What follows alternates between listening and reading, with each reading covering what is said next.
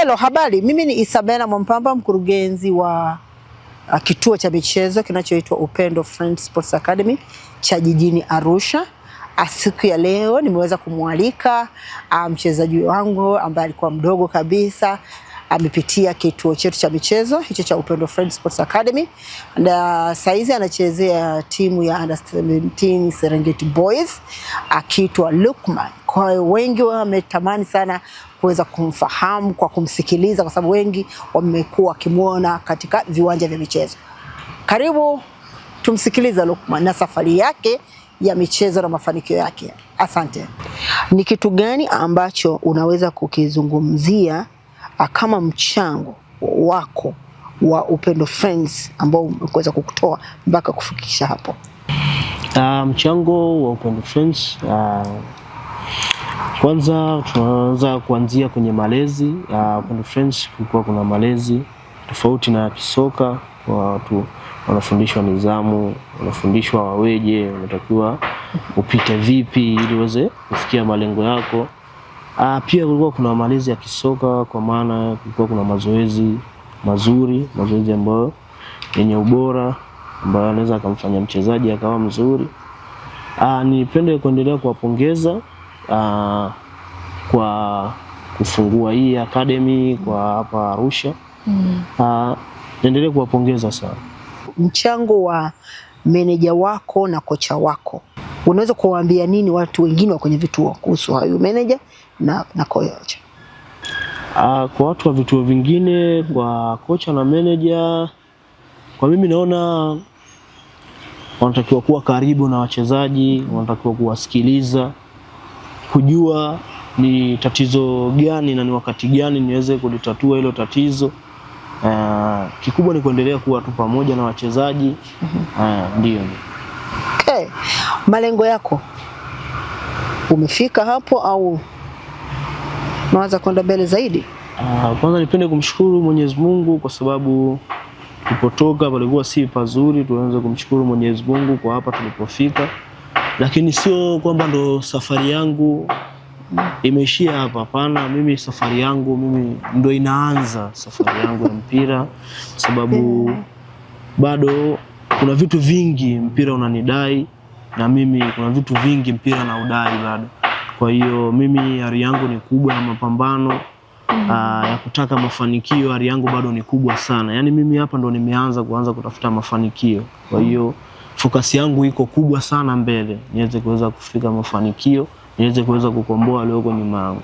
Tumeona wachezaji wengi sana wa Tanzania ama nchi nyingine wanapotoka kwenda kuchezea pengine nchi nyingine, kama ambavyo pengine wao unawaza aidha utaanza kucheza timu za Tanzania au za nje.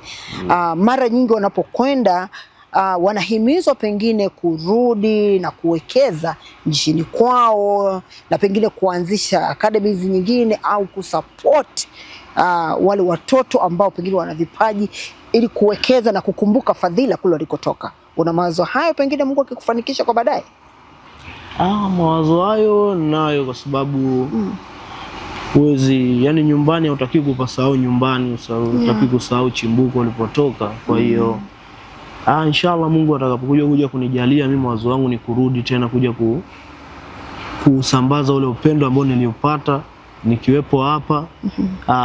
Inshallah Mungu akitujalia nitarudi tena kuja kurudisha fadhila na kuendeleza. Pia kuna watu wengine wana vipaji, lakini sehemu mazingira walipo inakuwa ni changamoto.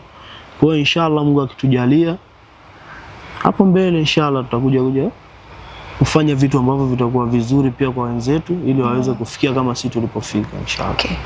Miongoni mwa washabiki wengi waliokutazama cheza finali Morocco, ni miongoni mwa wangoni wa Peramiho.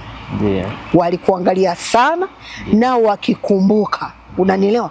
Sasa Isabella, huyu mtoto ulishaye kumleta huku Peramiho, Songea, Majimaji, na mimi nikaposti zile picha tukiwa kiwanja cha Majimaji.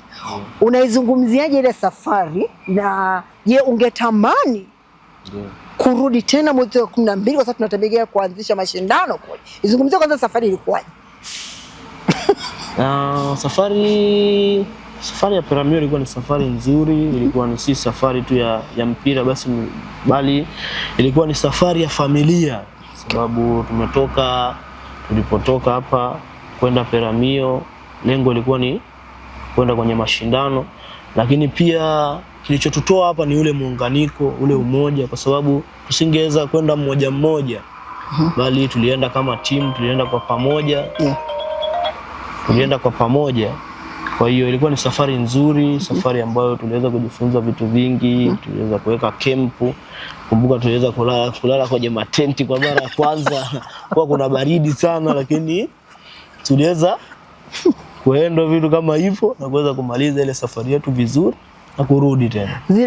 Na wewe ilikuwa ni mara yako ya kwanza? Ndio, mara yangu ya kwanza. Kusafiri kwa masaa mangapi? Ilikuwa masaa mengi sana, choka sana. Na zile kona? Kona zilikuwa zinatisha wewe. Si ndio? Ndio. Kwa hiyo tunakushukuru sana Lukman. Jamani, mimi nawashukuru sana watu wa mkoa wa Ruvuma kwa kweli, hasa watu wa Peramiho, kwa sababu wanamfahamu huyu kijana. Tulienda kwenye mashindano ya Isabella Nasenga Watoto Festival, lakini pia aliweza kuonesha kipaji. Kwa hiyo watu wengi pia waliomshangilia fan wako walitoka kule, lakini pia fan wengine ambao walikufuatilia ni fan wa Nairobi. Na kumbuka tumeshakwenda kwenye mashindano ya ligi ndogo, sio mara moja, mara mbili, mara tatu.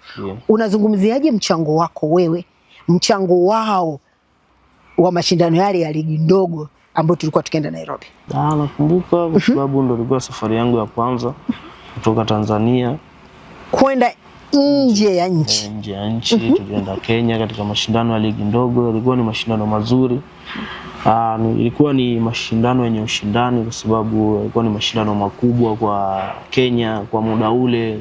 Sikia ligi ndogo ilikuwa kweli ni mashindano mazuri, mashindano yenye ushindani.